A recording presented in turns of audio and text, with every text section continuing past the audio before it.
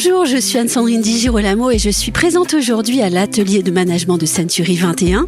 Je vous propose d'évoquer le sujet central du recrutement pour une agence avec une spécialiste de la stratégie RH chez Century 21, j'ai nommé Chloé Riem. Bonjour Chloé Riem. Bonjour. En 2023, le marché immobilier a évolué au point de rendre plus difficile le recrutement. Est-ce bien le constat qui a été fait chez Century 21, je dirais aussi ? Alors effectivement, c'est un constat qui a été fait chez Century 21, mais c'est également un constat général. Il y a deux choses. Le marché de l'immobilier ne rend pas simple l'arrivée de nouveaux collaborateurs, puisque les gens sont un peu apeurés de se lancer à un moment un petit peu plus compliqué. Mais également, la deuxième chose, c'est que de manière générale, tout secteur confondu, le marché du recrutement est très compliqué. Les candidats sont un petit peu plus durs à trouver, et ça depuis le Covid. Et on le ressent particulièrement bien en 2023. Alors, bonne nouvelle, c'est que votre métier, c'est d'accompagner les agences Century 21 dans leur stratégie de recrutement. Dit comme cela, ça paraît évident. Sauf que, en préparant le sujet, vous avez insisté sur une idée qui, moi, personnellement, m'a beaucoup séduite. Vous m'avez dit, la question du recrutement doit être adressée tout au long de l'année. Qu'on soit en phase de recrutement ou pas, c'est bien cela ? Exactement, c'est ce qu'on préconise aux agences du réseau, à nos partenaires. Le recrutement, c'est permanent, il faut être en veille tout au long de l'année, tout le temps, même quand on est en effectif complet. Pourquoi ? Pour plusieurs raisons. Les ressources humaines, c'est quelque chose d'assez complexe. Oui, c'est de l'humain, par nature. Exactement, et quand on gère de l'humain, on doit faire face parfois à des imprévus, on peut perdre des membres de son équipe, on peut à tout moment avoir des phases de turnover. Et du coup, il faut rester vraiment en veille toute l'année. Quels outils avez-vous mis en place chez Century 21 pour accompagner les agences sur cette question du recrutement ?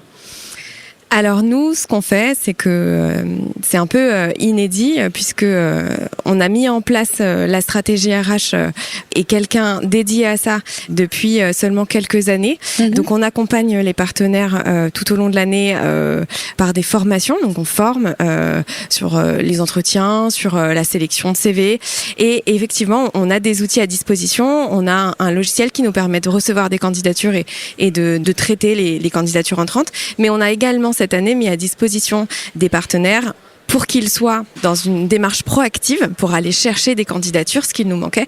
On a mis en place une CV Tech qui comprend des millions de CV et sur lesquels ils peuvent tous les jours aller faire de la chasse. Et ça, c'est une nouveauté chez nous, effectivement. Et oui, la CV Tech, on ne fait plus son recrutement comme avant. Non, exactement. On ne fait plus son recrutement comme avant. On avait l'habitude d'attendre que les candidats viennent frapper à notre porte avec leur petit CV. Aujourd'hui, non, il faut aller les chercher.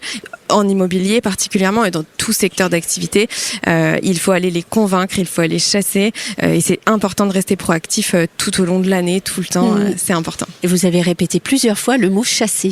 Pas aller chercher, mais chasser. Il faut chasser, il faut trouver des pépites, il faut aller trouver des collaborateurs qu'on a envie de voir dans notre équipe, il faut aller les séduire, il faut prospecter, effectivement, il faut aller chasser. Et aujourd'hui, c'est pour moi le grand tournant à prendre si on a envie d'avoir une équipe complète et d'être en effectif plein et de pouvoir augmenter ses performances, il faut chasser. En conclusion, je vais vous demander de faire l'exercice suivant. Quand on parle recrutement, quelles sont les erreurs à ne pas commettre ? Et puis aussi, quelles bonnes pratiques avez-vous pu identifier ? Alors, allez, on commence avec les erreurs. Les erreurs. Oui. Comme je le disais, l'erreur à ne pas commettre, c'est de penser qu'on a son équipe complète et que tout va bien. La chose est faite et qu'on n'a plus rien à faire. Et vous restez là pendant 20 ans. La chose à ne pas faire, c'est ne pas être proactif, effectivement, sur le recrutement. Et la bonne pratique, ce serait à l'inverse d'être en veille constamment, de se libérer des créneaux dans la semaine qui sont dédiés à la chasse, de se libérer du temps, d'avoir ça dans son planning, dans son agenda, d'avoir une phase de recrutement, de former ses collaborateurs, ses assistants par exemple, ou ses assistantes. Ça, c'est quelque chose qui pour moi est une bonne pratique. Et aussi, la dernière bonne pratique qui peut être intéressante, c'est la cooptation, c'est de impliquer ses collaborateurs dans le recrutement.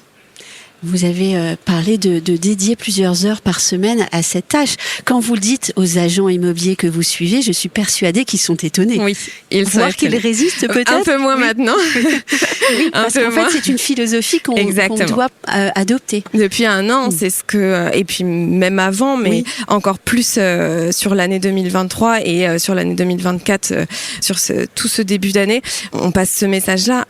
Vraiment, il faut se bloquer ce temps parce que c'est nécessaire dans la réussite de son agence. Merci Chloé et Riem d'avoir bien voulu répondre aux questions des ondes de l'IMO et très bon atelier. Merci.